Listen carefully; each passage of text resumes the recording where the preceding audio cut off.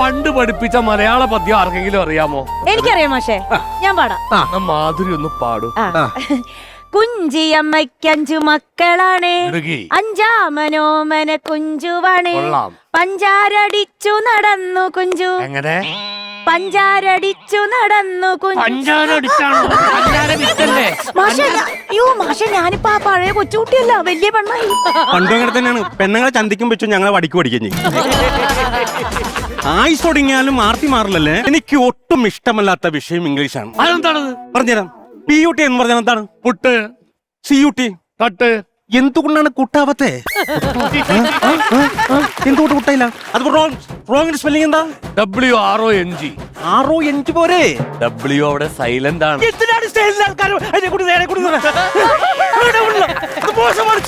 ശ്രീധര, നമ്മളൊരു റീയൂണിയനാണ്. എന്ത് യൂണിയൻ?